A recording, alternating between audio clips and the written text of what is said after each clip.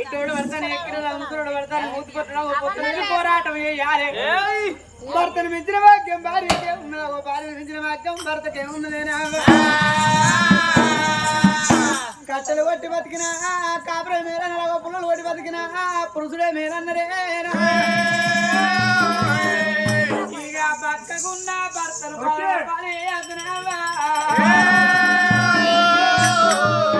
ఆనాటాడోళ్ళన్న భర్త వినగానే పోయి కాలు కడుక్కునేది కానీ ఈనాటాడోళ్ళు టీ కాడ కూర్చుంటే భర్త ఏ గంగలన్నా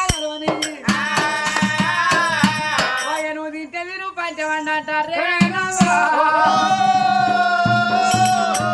ఏంది అంటే ఏందిరా అంటాను